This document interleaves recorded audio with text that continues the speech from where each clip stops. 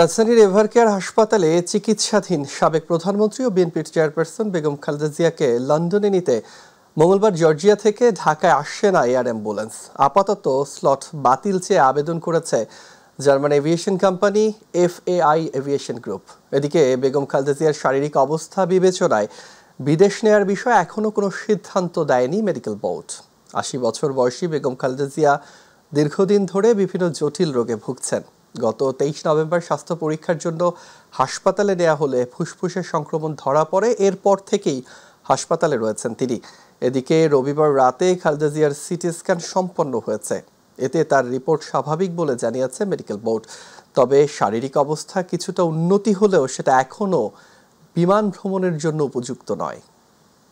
দর্শক, এই মুহূর্তে এভারকেয়ার হাসপাতালের সামনে আছেন আমাদের সহকর্মী মিফতা গালিব। আমরা সরাসরি যুক্ত হচ্ছি তার সাথে। গালিব, বেগম খালেদা জিয়ার স্বাস্থ্য এবং বিদেশ যাত্রার সবশেষ কি খবর আছে আপনার কাছে? তিনবার প্রধানমন্ত্রী বেগম খালেদা জিয়াকে আসলে লন্ডন যাওয়ার বিষয়ে যে শারীরিক অবস্থা উন্নতির জন্য লন্ডন যাওয়ার বিষয়ে যে বিষয়টি হয়েছে সেটি আসলে অনিশ্চয়তার মুখে পড়েছে। কারণ গত খালেদা জিয়া তিনবার প্রধানমন্ত্রী খালেদা জিয়ার আসলে শারীরিক অবস্থা আসলে খুব বেশি উন্নত আসলে হচ্ছে না। বিশেষ করে ওনাকে যে এয়ার অ্যাম্বুলেন্সে করে মূলত লন্ডনে যাওয়ার বিষয়ে কথা হয়েছে। কাতারের আমন্ত্রণে আসলে জার্মান ভিত্তিক FAI এভিয়েশনের একটি এয়ার অ্যাম্বুলেন্স মূলত আগামীকাল ৮টা নাগাদ বাংলাদেশে আসার কথা ছিল, কিন্তু সেটি আপাতত আসছে না এবং খালেদা জিয়া লন্ডন যাওয়ার বিষয়েও একটি অনিশ্চয়তা তৈরি হয়েছে। তো আমরা আরেকটু জেনেছি যে খালেদা জিয়ার আসলে শারীরিক অবস্থা আসলে উন্নত হচ্ছে না। একটা তার মেডিকেল বোর্ড বলছে যে গতকালকে একটি সিটি স্ক্যান হয়েছিল। সেই সিটি স্ক্যানে মূলত ওনার শারীরিক যে স্ট্যাবিলিটি থাকা দরকার সেই লেভেলের শারীরিক স্ট্যাবিলিটি আসলে নেই। তারা বলতে চাচ্ছেন হ্যাঁ ওনার ট্রিটমেন্ট হয়তো হচ্ছে, কিন্তু ওনাকে আসলে লন্ডন যাওয়ার জন্য যে পরিমাণ শারীরিক স্ট্যাবিলিটি, অর্থাৎ এয়ার ফ্লাই করার মতো প্রায় 13 ঘন্টা এয়ার ফ্লাই করা লাগবে, সেই 13 ঘন্টা এয়ার ফ্লাই করার মতো শারীরিক কন্ডিশন ওনার আসলে নেই। দ্যাটস আসলে ওনাকে লন্ডন যাওয়ার বিষয়ে আসলে মূলত একটা অনিশ্চয়তা তৈরি হয়েছে। যে জার্মান ভিত্তিক যে কাতারের নির্দেশনা জার্মান ভিত্তিক যে এয়ার এভিয়েশন আগামীকাল মূলত জর্জিয়ার টিভিলিস থেকে মূলত বাংলাদেশে আসার কথা রয়েছিল, কিন্তু সেটি আপাতত অনিশ্চয়তার মুখে পড়ে, যার কারণে আসলে সাবেক তিনবারের প্রধানমন্ত্রী বিএনপি চেয়ারপারসন বেগম খালেদা জিয়াকে আসলে লন্ডন যাওয়ার বিষয়টি অনিশ্চয়তা তৈরি হয়েছে। তো আমরা কিছুক্ষণের মধ্যে বিএনপির চেয়ারপারসনের ব্যক্তিগত চিকিৎসক AJM জাহিদ হোসেন তিনি কথা বলার কথা থাকলেও তিনি আপাতত এখনও কথা বলেননি। মেডিকেল বোর্ডেরও কোনো ধরনের সিদ্ধান্ত এখনও আসেনি। তবে চীনা, ব্রিটিশ এবং আমেরিকান যে মেডিকেল বোর্ড আছে, মেডিকেল বোর্ডকে মূলত বেগম খালেদা জিয়ার পুত্রবধূ ডক্টর জুবাইদা রহমান তিনি সার্বক্ষণিক পর্যবেক্ষণে রয়েছে। তবে এখন পর্যন্ত মেডিকেল বোর্ড আমাদেরকে এর পরবর্তীতে আর কোনো কিছু এখন পর্যন্ত জানায়নি। হাফিজ। গালিব, আপনাকে ধন্যবাদ। দর্শক, এভারকেয়ার হাসপাতালের সামনে থেকে আমাদের সাথে যুক্ত হয়েছিলেন আমাদের সহকর্মী মিফতা গালিব। সামনের যুদ্ধটা অনেক কঠিন। ঐক্যবদ্ধ না হতে পারলে সামনে ভয়াবহ কিছু অপেক্ষা করছে বলে নেতাকর্মীদের সতর্ক করেছেন বিএনপির ভারপ্রাপ্ত চেয়ারম্যান তারেক রহমান। বিকেলে রাজধানীর খামারবাড়ির কৃষিবিদ ইনস্টিটিউট মিলনায়তনে বিএনপি আয়োজিত বাংলাদেশ গড়ার পরিকল্পনা শীর্ষক মতবিনিময় সভায় প্রধান অতিথির বক্তব্যে তিনি এসব কথা বলেন। তিনি বলেন, ব্যক্তিগত পছন্দ অপছন্দ নয়, মুখ্য হলো ধানের শীষ, দল এবং দেশের উন্নয়ন পরিকল্পনা। ঐক্যবদ্ধ না হলে সামনে ভয়াবহ পরিস্থিতি তৈরি হতে পারে বলেও সতর্ক করেন তিনি। মাহবুব সৈকতের রিপোর্ট। রাজধানীর খামারবাড়ি কৃষিবিদ ইনস্টিটিউট মিলনায়তনে বিএনপির বাংলাদেশ গড়ার পরিকল্পনার শীর্ষক মতবিনিময় সভায় যুক্তরাজ্য থেকে ভার্চুয়াল মাধ্যমে যুক্ত হন দলের ভারপ্রাপ্ত চেয়ারম্যান। প্রধান অতিথির বক্তব্যে তারেক রহমান আগামী নির্বাচনে ধানের শীষ প্রতীক বিজয়ী করতে ভেদাভেদ ভুলে নেতাকর্মীদের মনোনীত প্রার্থীর পক্ষে কাজ করার আহ্বান জানান। হয়তো এমনও হতে পারে তোমার এলাকায় যেই প্রার্থী ঘোষণা করা হয়েছে দলের পক্ষ থেকে, একটা তো সিদ্ধান্ত নিতেই হবে আমাদেরকে। আমরা একটা সিদ্ধান্ত নিয়েছি, কম বেশি যেটা মনে হচ্ছে ভালো হবে আমরা সেটাই নিয়েছি। তো এখানে প্রার্থী মুখ্য নয়, এখানে মুখ্য হচ্ছে তোমার দল, এখানে মুখ্য হচ্ছে দেশ এবং দেশ গঠনের পরিকল্পনা, যেটা প্ল্যান এবং প্ল্যানিং প্রোগ্রাম, এটা হচ্ছে মুখ্য। এবং মুখ্য হচ্ছে ধানের শীষ। বিএনপি ঘোষিত দেশ গড়ার পরিকল্পনা জানাতে জনগণের দোরগোড়ায় পৌঁছানোরও আহ্বান ছিল দলের শীর্ষ এই নেতার বক্তব্যে। এই দেশ গড়ার পরিকল্পনা সফল করতে হলে, দেশ গড়ার পরিকল্পনার কাজ বাস্তবায়ন করতে হলে জনগণের পার্টিসিপেশন ছাড়া আমরা পারবো না। জনগণকে যদি পার্টিসিপেট করাতে হয়, ঘরে ঘরে দুয়ারে দুয়ারে তোমাদের যাওয়া প্রয়োজন। নির্বাচনকে কেন্দ্র করে জনসম্পৃক্ততা বাড়াতেও নির্দেশনা দেন তারেক রহমান। সব কাজের ভিতরে তাদেরকে সম্পৃক্ত করতে পারবে, আমরা তত দৃঢ়ভাবে দেশ গঠনের যে পরিকল্পনা, এই পরিকল্পনা বাস্তবায়নের সুযোগ আমরা পাব।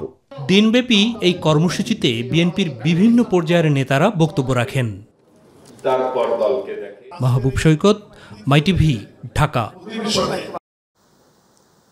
ধর্মের নামে ট্যাবলেট বিক্রি করে যারা মানুষের সাথে প্রতারণা করেছে তাদের মুখোশ জনগণের সামনে উন্মোচন হয়েছে বলে মন্তব্য করেছেন বিএনপির স্থায়ী কমিটির সদস্য সালাউদ্দিন আহমেদ। আর বিএনপির সিনিয়র যুগ্ম মহাসচিব রুহুল কবির রিজভী বলেন, জান্নাতের টিকিট বিক্রির নামে মানুষকে বিভ্রান্ত করছে জামায়াত ইসলামী। বিএনপির দেশ গড়ার পরিকল্পনা শীর্ষক কর্মসূচির উদ্বোধনী অনুষ্ঠানে বিএনপি নেতারা এসব কথা বলেন। ইউসুফ আলী রিপোর্ট। বিএনপির দেশ গড়ার পরিকল্পনা শীর্ষক কর্মসূচির উদ্বোধন উপলক্ষে রাজধানীর কৃষিবিদ ইনস্টিটিউটে এ অনুষ্ঠানের আয়োজন। বিএনপির সিনিয়র যুগ্ম মহাসচিব রুহুল কবির রিজভী আহমেদ বলেন, ফায়দা লুটতে ধর্ম ও রাজনীতিকে একসঙ্গে যুক্ত করে বিতর্ক সৃষ্টি করছে জামায়াতে ইসলামী। বেহেশতের টিকিটের কথা জামাত বলতে পারছে, যে কোনো এদেশের ধর্মপ্রাণ মানুষ একটু উৎকর্ণ হতে পারে, কান খাড়া করতে পারে, আরে বেহেশতের টিকিটের কথা কি, এরা কি বলে? কেউ বলতে পারে না কে বেহেশতে যাবে কি দোজখে যাবে। এটা according to religion, according to ইসলাম কেউ বলতে পারে না। কিন্তু ধর্মে ভোটের জন্য, রাজনীতির জন্য কোন রাজনৈতিক দল এগুলো ব্যবহার করছে। বিএনপির স্থায়ী কমিটির সদস্য সালাউদ্দিন আহমেদ বলেন, লক্ষ্য ও আদর্শহীন হওয়ায় ধর্ম নিয়ে বাড়াবাড়ি করছে একটি রাজনৈতিক দল।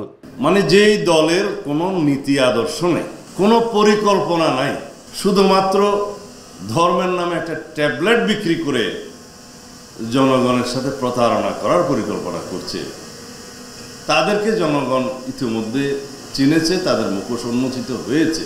এদিকে সিদ্ধেশ্বরী বালক উচ্চ বিদ্যালয়ে ফ্রি ভেটেরিনারি মেডিকেল ক্যাম্প উদ্বোধনকালে বিএনপির স্থায়ী কমিটির সদস্য মির্জা আব্বাস বলেন, বেগম জিয়া সুস্থ থাকলে নির্বাচনী প্রচারণায় নতুন মাত্রা যোগ হতো। আমরা যারা নির্বাচনী প্রচারণা করছি এবং বিভিন্ন অনুষ্ঠানে যাচ্ছি এরকম, কিন্তু আমাদের মনের ভিতরে কিন্তু সেই প্রশান্তিটা নাই যে প্রশান্তি নিয়ে আমরা বরাবর নির্বাচন করেছি। একটা মানসিক প্রশান্তি, একটা আনন্দ ফুর্তি নিয়ে আমরা নির্বাচন করেছি। এবার কিন্তু সেটা নাই। যে অনুষ্ঠানে যাই নিষ্প্রাণ একটা অনুষ্ঠান, নিষ্প্রাণ বক্তব্য। কারণ দেশনেত্রী বেগম খালেদা জিয়া এখন অসুস্থ অবস্থায় হাসপাতালে আছেন। আলহামদুলিল্লাহ আজকে পত্রিকা দেখলাম যে ওনার অবস্থা বেশ খানিকটা ভালোর দিকে। ইউসুফ আলী, মাইটিভি, ঢাকা। কোনো কারণে ফেব্রুয়ারিতে নির্বাচন না হলে দেশ সংকটে পড়বে বলে মন্তব্য করেছেন জামায়াত ইসলামীর আমির ডাক্তার শফিকুর রহমান। সকালে ইউরোপীয় ইউনিয়নের সঙ্গে বৈঠক শেষে তিনি বলেন, জামায়াত ধর্ম নিয়ে কাজ করে, ধর্মকে ব্যবহার করে না। এদিকে নির্বাচনের জন্য লেভেল প্লেইং ফিল্ড নেই জানিয়ে ভোটের আগে আইনশৃঙ্খলার গুরুতর অবনতি হয়েছে বলে জানান দলটির সেক্রেটারি জেনারেল মিয়া গোলাম পরোয়ার। নির্বাচন কমিশনে বৈঠক শেষে তিনি মন্তব্য করেন। আরও জানাচ্ছেন জাহিদ আহমেদ বাবু। ইউরোপীয় ইউনিয়নের প্রতিনিধি দলের সাথে বৈঠক শেষে ত্রয়োদশ জাতীয় সংসদ নির্বাচন প্রসঙ্গে কথা বলেন জামায়াতে ইসলামীর আমির। আমরা মনে করি যে ফেব্রুয়ারির ঘোষিত এই টাইমলাইনের ভিতরে নির্বাচন হওয়াই দেশের জন্য একান্ত প্রয়োজন। এর সামান্য কোনো ব্যত্যয় ঘটলে দেশ দারুণভাবে ক্ষতিগ্রস্ত হবে। এ সময় সাংবাদিকদের এক প্রশ্নের জবাবে জামায়াতে ইসলামী ভোটে নির্বাচিত হলে জাতীয় সরকার গঠন করবে বলে জানান ডাক্তার শফিকুর রহমান। আগামী 5টা বছর দেশের স্থিতিশীলতা, ইকোনমি ফিরাইয়ে আনা, আইনের শাসন সমাজে কায়েম করা এবং সমাজ থেকে দুর্নীতিকে নির্মূল করা বা বিদায় দেওয়া, এর জন্য প্রয়োজন আমাদের একটি জাতীয় সরকারের। আমরা নির্বাচিত হলে সেই সরকারটাই গঠন করব। এদিকে নির্বাচন ভবনে সিইসির সাথে জামায়াতের 6 সদস্যের বৈঠক শেষে নির্বাচনে লেভেল প্লেইং ফিল্ড নেই বলে জানান দলটির secretary general. Level playing field সম্পর্কে নিশ্চিত করতে পারেননি এবং পারেননি যে বিদ্যমান প্রশাসনিক অবস্থার কিছু তথ্য প্রমাণ স্পেসিফিক আমরা ওনাদের সামনে তুলে ধরে বলেছি যে এই অবস্থা থাকলে এটাকে আমরা লেভেল প্লেইং ফিল্ড হিসেবে গ্রহণ করব না। তাই তফসিল ঘোষণার আগে ব্যবস্থা না নিলে এই চ্যালেঞ্জ মোকাবেলা করা কঠিন হবে বলে মনে করেন মিয়া গোলাম পরোয়ার। সুনির্দিষ্টভাবে আপনাদেরকে পদক্ষেপ নিতে হবে এবং after declaration of schedule election কমিশনের কাছে সব এখতিয়ার চলে আসবে প্রশাসনকে যথাযথভাবে নিরপেক্ষ রাখা, প্রয়োজনে রদবদল করা। এখন তো একটা প্রশাসনিক রদবদল হয়েছে। যদি এটাও আমরা উল্লেখ করেছি যে আমরা যদি দেখি যে তফসিল ঘোষণার পর কোনো কর্মকর্তা খুব নগ্নভাবে তার নিরপেক্ষতা ভঙ্গ করছেন, আমরা এগুলো আপনাদের নোটিশে আনবো। ওনারা কথা দিয়েছেন যে শুধু সুনির্দিষ্টভাবে আমাদের নোটিশে আনলে আমরা তাৎক্ষণিক পদক্ষেপ গ্রহণ করব। ইসির প্রতি জামায়াতের পূর্ণ আস্থা রয়েছে, সে কারণে নির্বাচন দেরি হবার আশঙ্কা নেই উল্লেখ করে এই নির্বাচন অবাধ, সুষ্ঠু ও নিরপেক্ষ করা জাতির জন্য গুরুত্বপূর্ণ বলেও মনে করেন তিনি। আমরা কোনো আশঙ্কা করি না, কারণ আমরা নির্বাচন তো একটা ভিন্ন জিনিস, এটা আইনের বিষয়, এটার সাথে অন্য কিছুকে রিলেট করা যাবে না। জাতির প্রত্যাশা, এটা একটা বিশাল সাংবিধানিক আইনগত বিষয়। 24শে জুলাইয়ের গণ অভ্যুত্থানের আকাঙ্ক্ষাই হলো এবারের নির্বাচন নিরপেক্ষ হবে। 14, 18, 24-এ জাতির যে আশা পূরণ হয়নি। আসসালামু আলাইকুম। জাহিদ আহমেদ বাবু, মাই টিভি, ঢাকা। জাতীয় পার্টির সাবেক দুই নেতা আনিসুল ইসলাম মাহমুদ ও আনোয়ার হোসেন মঞ্জুর নেতৃত্বে 18টি দল নিয়ে আত্মপ্রকাশ করেছে নতুন রাজনৈতিক জোট জাতীয় গণতান্ত্রিক ফ্রন্ট এনডিএফ। দুপুরে আনুষ্ঠানিকভাবে এই জোটের আত্মপ্রকাশ ঘটে। জোটের নেতারা জানান, গণতান্ত্রিক ধারা অব্যাহত রাখতে এবং দেশের মানুষের অধিকার আদায়ে কাজ করবে এনডিএফ। জাতীয় পার্টির একাংশের মহাসচিব এবিএম রুহুল আমিন হাওলাদার বলেন, জাতীয় পার্টিকে বাদ দিয়ে সংস্কার হতে পারে না। অংশগ্রহণমূলক নির্বাচন নিশ্চিতে সব দলকেই সমান সুযোগ দিতে হবে। আর ব্যারিস্টার আনিসুল ইসলাম মাহমুদ বলেন, নির্বাচনকে সামনে রেখে প্রতিযোগিতামূলক সুস্থ রাজনীতির পরিবেশ তৈরিতে অন্তর্বর্তী সরকারের ভূমিকা স্পষ্ট, দৃঢ় বা নিরপেক্ষ নয়। ত্রয়োদশ জাতীয় সংসদ নির্বাচন ও গণভোটের তফসিল ঘোষণাকে সামনে রেখে প্রধান নির্বাচন কমিশনার সিইসি এএমএম নাসির উদ্দিনের ভাষণ আগামী 10 ডিসেম্বর রেকর্ড করা হবে। এ বিষয়ে বাংলাদেশ টেলিভিশন, বিটিভি ও বাংলাদেশ বেতারকে প্রস্তুতি নিতে নির্দেশ দিয়েছে নির্বাচন কমিশন ইসি। সোমবার রাজধানীর আগারগাঁওয়ে নির্বাচন ভবনে সাংবাদিকদের প্রশ্নের জবাবে ইসির জ্যেষ্ঠ সচিব আখতার আহমেদ এ তথ্য জানান। তিনি বলেন, বিটিভি ও বেতারকে ইতোমধ্যে চিঠি পাঠানো হয়েছে। 10 ডিসেম্বর নির্বাচন ভবনে ইসির ভাষণ রেকর্ড করা হবে। ওই দিন অথবা পরদিন 11 ডিসেম্বর ভাষণটি প্রচার করা হতে পারে। ধারণা করা হচ্ছে সিসির এই ভাষণের মাধ্যমেই তফসিল ঘোষণা করা হবে। মাননীয় প্রধান নির্বাচন কমিশনার স্যার বাংলাদেশ টেলিভিশন এবং বাংলাদেশ বেতারে একটা ভাষণ রেকর্ড করবেন। এখন রেকর্ডের বিষয়বস্তুটা এবং সময়টা এটা স্যার নির্ধারণ করবেন।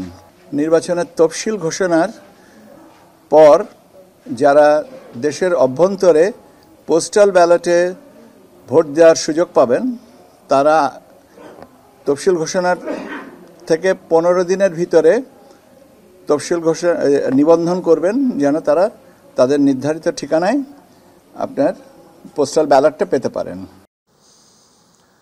আগামী জাতীয় নির্বাচনের জন্য সব ধরনের প্রস্তুতি নেওয়া হয়েছে বলে জানিয়েছেন স্বরাষ্ট্র উপদেষ্টা। তিনি জানান, আইনশৃঙ্খলা বাহিনীর প্রশিক্ষণ শেষ হবে জানুয়ারির মধ্যেই। এদিকে সময় মতো নির্বাচন হবে জানিয়ে শ্রম ও কর্মসংস্থান উপদেষ্টা বলেছেন, চট্টগ্রাম বন্দর থেকে প্রতিদিন অবৈধভাবে 2 থেকে 2.5 কোটি টাকার চাঁদা ওঠানো হয়। সচিবালয়ে আলাদা অনুষ্ঠানে এসব কথা বলেন এই দুই উপদেষ্টা। আরও জানাচ্ছেন রাকিব হাসান। স্বরাষ্ট্র উপদেষ্টা লেফটেন্যান্ট জেনারেল অবসরপ্রাপ্ত জাহাঙ্গীর আলম চৌধুরীর সভাপতিত্বে সচিবালয়ে স্বরাষ্ট্র মন্ত্রণালয়ের সভাকক্ষে অনুষ্ঠিত হয় আইনশৃঙ্খলা সংক্রান্ত উপদেষ্টা পরিষদ কমিটির সভা। সভা শেষে স্বরাষ্ট্র উপদেষ্টা জানান, আইনশৃঙ্খলা বাহিনীর জন্য প্রশিক্ষণ, বডি অন ক্যামেরা ক্রয়, প্রতিটি ভোট কেন্দ্রে বিদ্যুতের ব্যবস্থা নিশ্চিতকরণ সহ আগামী জাতীয় সংসদ নির্বাচনের জন্য সব ধরনের প্রস্তুতি নেওয়া হয়েছে। আমাদের নির্বাচনের প্রস্তুতি মাশাআল্লাহ খুবই ভালো। সব বাহিনীগুলি কিন্তু তাদের প্রশিক্ষণ চালিয়ে যাচ্ছে এবং আমরাও আমিও ডিসিশন শুধু আমরা বিভিন্ন বাহিনী ওখানেও যাব, তাদের প্রশিক্ষণগুলি কীরকম হচ্ছে ওইটা মানটা দেখার জন্য। এবং আমরা আশা করছি জানুয়ারির ভিতরে আমাদের প্রশিক্ষণ সমাপ্ত হবে। নির্বাচনের সময় প্রতিটি কেন্দ্রে বিদ্যুতের ব্যবস্থা নিশ্চিত করার নির্দেশনার কথাও জানান তিনি। প্রতিটা কেন্দ্রে যেন ইলেকট্রিসিটি ব্যবস্থা থাকে, যদি কোনো কেন্দ্রে না থাকে, আপনারা জানেন যে এবার ভোটার কিন্তু 7:30 থেকে 4:30 পর্যন্ত, আগে হতো 8টা থেকে 4টা পর্যন্ত, আধা ঘন্টা বেড়ে গেছে। আর এই সময় সূর্যের আলো পরেও কিন্তু আমাদের ভোট গণনা তো করতে হবে। এই জন্য যেই এলাকায় ইলেকট্রিসিটি না থাকে ওই এলাকায় অল্টারনেটিভ কি লাইটিংয়ের ব্যবস্থা করা যায়, আর যেখানে ইলেকট্রিসিটি থাকে ওই ইলেকট্রিসিটি এনশিওর করতে হবে যেন ইলেকট্রিসিটি ওই সময় থাকে। এর আগে সকালে নিজ মন্ত্রণালয়ে গত 1 বছরের অর্জন নিয়ে আয়োজিত সংবাদ সম্মেলনে অন্তর্বর্তী সরকারের নির্বাচনের প্রস্তুতি এবং রাজনৈতিক দলগুলোর ভূমিকা নিয়ে কথা বলেন শ্রম ও কর্মসংস্থান উপদেষ্টা ব্রিগেডিয়ার জেনারেল অবসরপ্রাপ্ত এম সাখাওয়াত হোসেন। আমাদের তো ম্যান্ডেট দেয়নি 1 বছরের মাথায় নির্বাচন করতে হবে, 2 বছরের মাথায় নির্বাচন করতে হবে। দেশে একটা নির্বাচন হওয়া উচিত, নির্বাচিত সরকার আসা উচিত, একটা যেটাকে বলে ইউনিভার্সাল যেটা ডেমোক্রেটিক প্রসেস, সেই প্রসেসটা এস্টাবলিশ হওয়া উচিত। আমরা তো গত 17-18 বছরে তো কোনো ডেমোক্রেটিক প্রসেস এস্টাবলিশ হতে দেখি নেই। এখন যদি আমরা সেটা করতে পারি তাহলে তো আমাদের বড় ক্রেডিট। সাংবাদিকদের প্রশ্নের জবাবে তিনি জানান, চট্টগ্রাম বন্দর থেকে প্রতিদিন 2 থেকে 2.5 কোটি টাকার অবৈধ লেনদেন হয়। চিটাগাং পোর্ট থেকে প্রতিদিন কত ইললিগ্যাল টাকা ওঠে আমি একটা রাফ ফিগার দিতে পারি, বাট দিলে হয়তো অনেকে কন্টেস্ট করবে। এটা মিনিমাম কত টাকা ওঠে, প্রত্যেকটি জায়গায় জায়গায় চাঁদাবাদি। রাকিব হাসান, মাই টিভি, ঢাকা। বলে রাখি, আসন্ন ত্রয়োদশ জাতীয় সংসদ নির্বাচনের সব কার্যক্রম স্থগিত চেয়ে দায়ের করা রিট উত্থাপিত হয়নি মর্মে খারিজ করে দিয়েছেন হাইকোর্ট।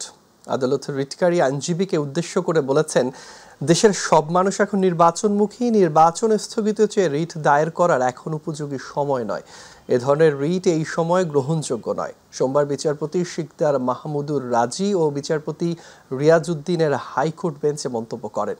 রিটকারী আইনজীবী ইয়ারুল ইসলাম বলেন, আদালতের মনোভাব বুঝতে পেরে জাতির বৃহত্তর স্বার্থে রিট আবেদনটি নট প্রেস বা উত্থাপিত হয়নি মর্মে খারিজ করে দেওয়া হয়েছে। এই রিট মামলাটি চালাবো না। এর আগে 3 ডিসেম্বর আসন্ন ত্রয়োদশ জাতীয় সংসদ নির্বাচনের সব কার্যক্রম স্থগিত চেয়ে রিট দায়ের করা হয়। রিটে নির্বাহী বিভাগ থেকে নির্বাচন কমিশনের সচিব, রিটার্নিং কর্মকর্তা ও সহকারী রিটার্নার চাওয়া হয়েছিল। নিঃশর্ত ক্ষমা চাওয়ায় আদালত অবমাননার অভিযোগ থেকে বিএনপি নেতা অ্যাডভোকেট ফজলুর রহমানকে অব্যাহতি দিয়েছেন আন্তর্জাতিক অপরাধ ট্রাইব্যুনাল। বিচারপতি গোলাম মুর্তুজা মজুমদারের নেতৃত্বাধীন 3 সদস্যের ট্রাইব্যুনাল আজ সশরীরে হাজির হয়ে নিঃশর্ত ক্ষমা চাইলে অ্যাডভোকেট ফজলুর রহমানকে অব্যাহতি দেন আদালত। এসএম আরিফের রিপোর্ট। 23 নভেম্বর বেসরকারি একটি টেলিভিশন চ্যানেলে ট্রাইব্যুনাল ও এর বিচার ব্যবস্থা নিয়ে অবমাননাকর বক্তব্য দিলে বিএনপি নেতা অ্যাডভোকেট ফজলুর রহমানকে সশরীরে হাজির হয়ে ব্যাখ্যা দিতে নির্দেশ দেন আন্তর্জাতিক অপরাধ ট্রাইব্যুনাল। সোমবার কয়েকজন সিনিয়র আইনজীবী নিয়ে ট্রাইব্যুনালে হাজির হন ফজলুর রহমান। পরে আইনজীবীর মাধ্যমে আদালতের কাছে নিঃশর্ত ক্ষমা প্রার্থনা করেন তিনি। তাদের কন্টেম্পের প্রতি সম্মান প্রদর্শন করে মিস্টার ফজলুর রহমানকে নিয়ে আমরা হাজির হয়েছি এবং ইতিমধ্যেই রুহুল কুদ্দুস কাজল একটি আবেদন প্লেস করেছে আপনাদের সামনে। আমরা যে ব্যাখ্যা দিয়েছিলাম এবং সেই ব্যাখ্যার মধ্যে তিনি আদালতের কাছে নিঃশর্ত ক্ষমা প্রার্থনা করেছেন এবং সেটা গ্রহণ করে ওনার বিরুদ্ধে আদালত অবমাননার জন্য যে প্রসিডিংটা শুরু হয়েছিল সেটিও ড্রপ করে দিয়েছেন। চিফ প্রসিকিউটর বলেন, আদালত নিয়ে মন্তব্য করার ক্ষেত্রে সকলের সতর্ক থাকা প্রয়োজন। আইনজীবী অথবা পলিটিশিয়ান তারা যখন আদালত নিয়ে এই ধরনের কথা বলেন, জনগণের কাছে একটা ভুল মেসেজ যায়।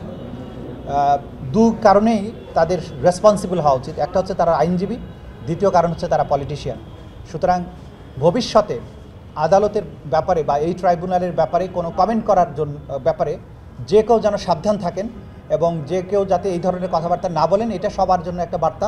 এদিকে জুলাই গণ অভ্যুত্থানে সংগঠিত হত্যাকাণ্ডে মানবতা বিরোধী অপরাধের মামলায় ওবায়দুল কাদের ও সাবেক মন্ত্রী প্রতিমন্ত্রী সহ 41 জনের বিরুদ্ধে 9 ফেব্রুয়ারির মধ্যে তদন্ত প্রতিবেদন জমা দিতে প্রসিকিউশনকে নির্দেশ দিয়েছেন ট্রাইব্যুনাল। ওবায়দুল কাদের সহ বেশ কয়েকজনের বিরুদ্ধে খুব সহসাই তদন্ত রিপোর্ট আমাদের হাতে আসবে বলে আমরা আশা করছি। তদন্ত সংস্থা তেমনটি জানিয়েছেন আমাদেরকে। এভাবে ক্রমান্বয়ে বাকি সবার বিরুদ্ধেই তদন্ত রিপোর্ট এসে যাবে এবং আনুষ্ঠানিক বিচারের যাত্রাটা তাদের ব্যাপারেও চলতে থাকবে। এছাড়া কুষ্টিয়ায় 6 জনকে হত্যা মামলায় মাহবুবুল আলম হানিফ সহ 4 জনের বিরুদ্ধে ক্যামেরা ট্রায়ালে প্রথম দিনের সাক্ষ্য গ্রহণ চলে ট্রাইব্যুনাল 2-এ। SM Arif, my TV, Dhaka.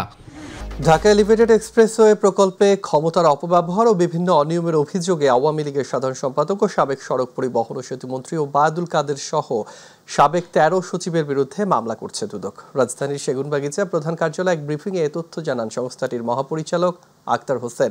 এছাড়াও 17 কোটি টাকার বেশি অবৈধ সম্পদ অর্জন, 181 কোটি টাকার অস্বাভাবিক লেনদেনের অভিযোগে সাবেক সংসদ সদস্য ইলিয়াস উদ্দিন মোল্লা দম্পতির বিরুদ্ধে মামলা করছে দুর্নীতি দমন কমিশন। ব্রিফিংয়ে জানানো হয়, অনুসন্ধানকালে প্রাথমিকভাবে অভিযোগের প্রমাণ মেলায় তাদের বিরুদ্ধে মামলা দায়ের করা হয়েছে। রাষ্ট্রীয় ক্ষমতার অপব্যবহারের মাধ্যমে ঢাকা এলিভেটেড এক্সপ্রেসওয়ে প্রকল্পে ক্ষতিগ্রস্তদের পুনর্বাসনের জন্য নির্মিত ফ্ল্যাটে বাংলাদেশ সেতু কর্তৃপক্ষের কর্মকর্তা কর্মচারী সহ প্রভাবশালী ব্যক্তিদের বিরুদ্ধে ফ্ল্যাট বরাদ্দ নেওয়ার অভিযোগ অনুসন্ধানকালে প্রমাণিত হয়েছে। দেশে পেঁয়াজের বাজার স্থিতিশীল রাখতে সীমিত পরিসরে আমদানির অনুমতি দিয়েছে সরকার।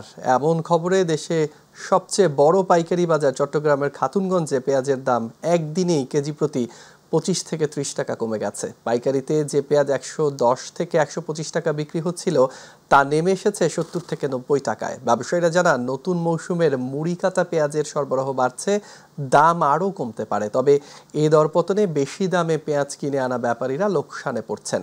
পাইকারিতে দাম কমলেও খুচরা এখনও বিক্রি হচ্ছে 120 থেকে 130 টাকায়। চাষিরা অপরিপক্ক পেঁয়াজ বাজারে আনায় ওজন কমে যাওয়ার অভিযোগও রয়েছে আড়তদারদের। এদিকে পেঁয়াজের দাম বাড়ায় বাজারে বেড়েছে পেঁয়াজ কলির জনপ্রিয়তা, খুচরায় কেজি 110 টাকা।